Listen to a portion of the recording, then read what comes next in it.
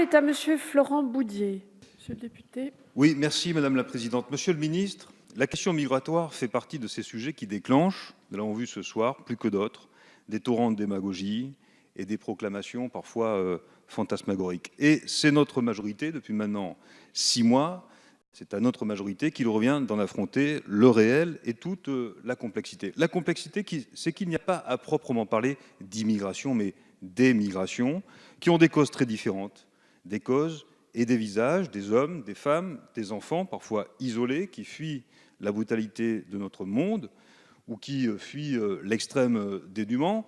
Et pour ma part, je refuse cette idée qu'il y aurait une immigration de confort, quitter ses racines, chercher rien ailleurs, n'est jamais une décision anodine, c'est toujours un déchirement, c'est toujours une fuite douloureuse.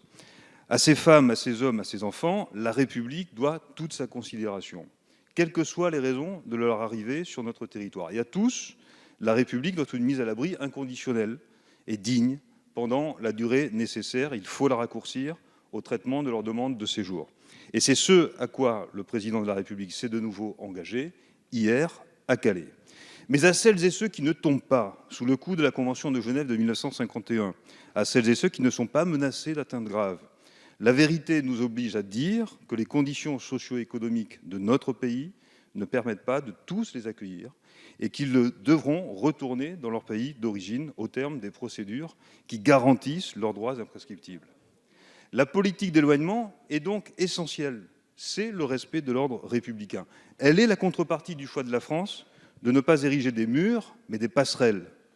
À droit constant, Monsieur le Ministre, vous avez obtenu de premiers résultats. Mais l'éloignement constitue, avec notre politique d'intégration, l'une des grandes faiblesses, l'une des grandes défaillances du système français. Ma question est donc simple, Monsieur le Ministre. Quels outils avez-vous déployés depuis votre entrée en fonction? Et où sont les points d'inefficacité qui, selon vous, nécessitent des aménagements dans le respect des droits et des parcours de vie de chacune et de chacun? Je vous remercie. Merci, monsieur le député. Monsieur le ministre, vous avez la parole. Monsieur le député, pour répondre à votre question, plusieurs points d'action du gouvernement.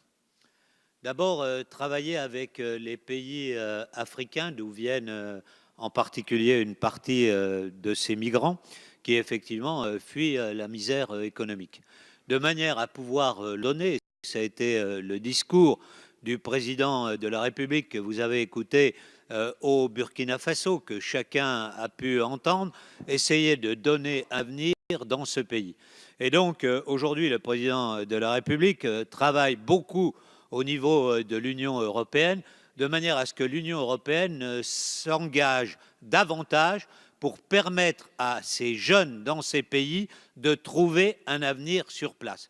Et par exemple, dans une région comme le Niger, qui était un lieu de passage, dans la région d'Agadez par exemple, il y a un engagement économique fort aujourd'hui, à la fois de l'Union européenne, mais également de la France, au travers de l'AFD, pour développer un certain nombre d'emplois dans cette région, et donc que les jeunes ne soient pas tentés de se lancer dans ce qui est très largement un mirage, traversant hier le désert, puis la Méditerranée, dans les conditions que l'on sait, tomber entre les mains de passeurs, c'est ce que nous sommes en train de faire. Après, il y a ce que je vous ai dit, essayer d'une part de pouvoir en 6 mois donner une réponse, et pour ceux dont nous savons que nous allons les accueillir demain, leur donner un véritable avenir.